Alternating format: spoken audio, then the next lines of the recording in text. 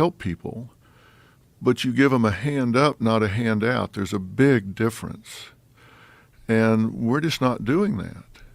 You've got to require people to do everything they can do to help themselves, so they, again, observe themselves doing more and more, and they have pride in what they achieve and what they accomplish. And we've gotten away from that. We're not doing that. But it seems like, especially when you're talking about like the homeless population, you would need so many people to work with those people, because you're talking about a psychological shift, a way of viewing the world with discipline and accountability that you're not going to just get people to adopt on their own. I mean, very few people will. Most people will do the very least that they have to do.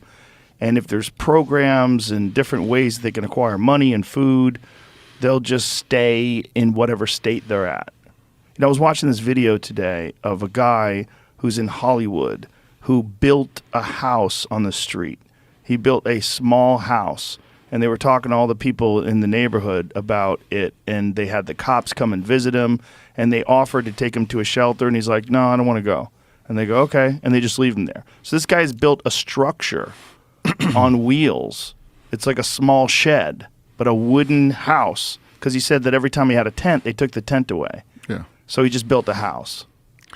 Well, that's pretty industrious. Yeah, but why can't he apply that to other things, right? Exactly, and he can. But he needs coaching. And I don't care how flat you make a pancake, it's got two sides.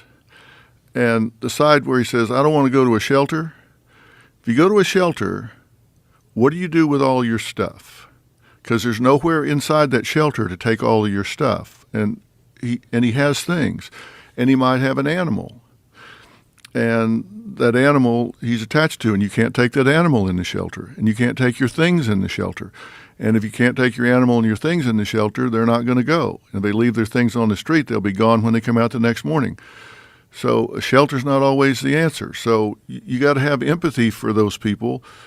And he may be trying to do the best he can, but you got to create alternatives where he says, okay, look, if he's industrious enough that he's built a house on wheels and they're pirating electrical, some of them from service poles. Yeah. Some of them have 10-man tents, and they've got flower beds in front of them. Yeah, this guy had plants hanging out in front of his house. That's pretty industrious.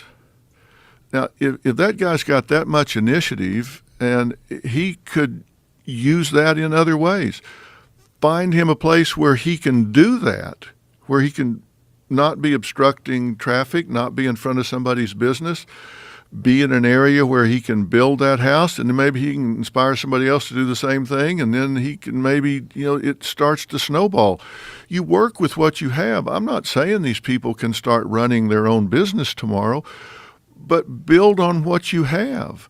But you don't just say, well, so he's what they refer to as experiencing homelessness.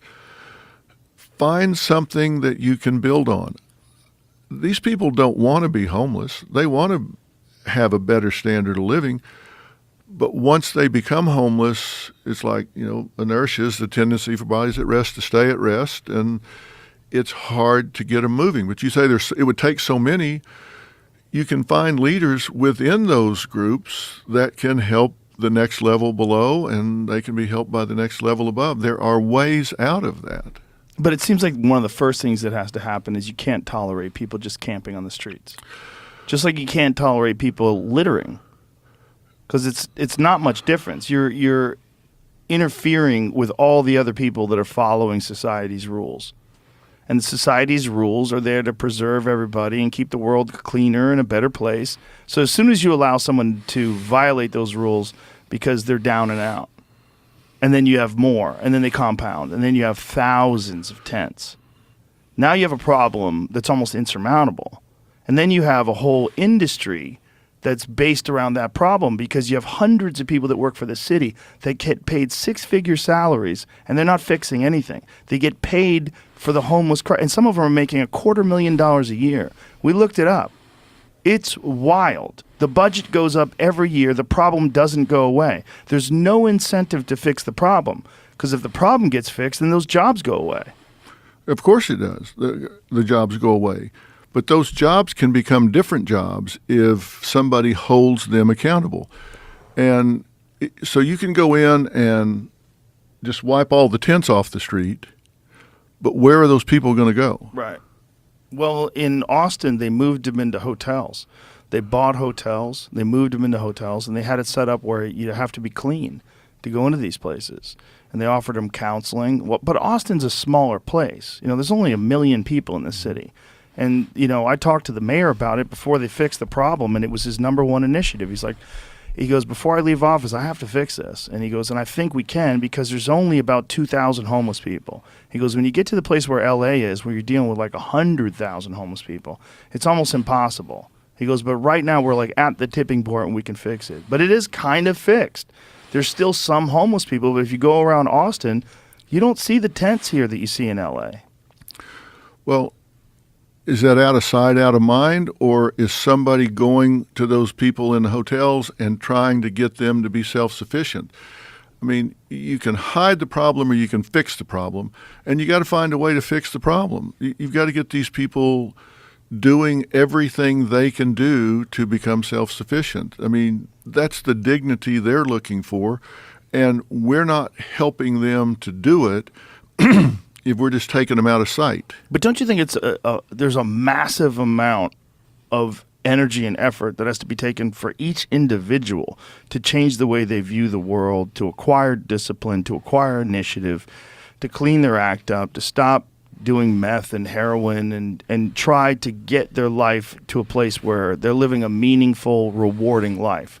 I mean, how many people struggle with that on a daily basis? You need coaching and counseling, and you need slow, incremental steps towards acquiring a self-sufficient mentality.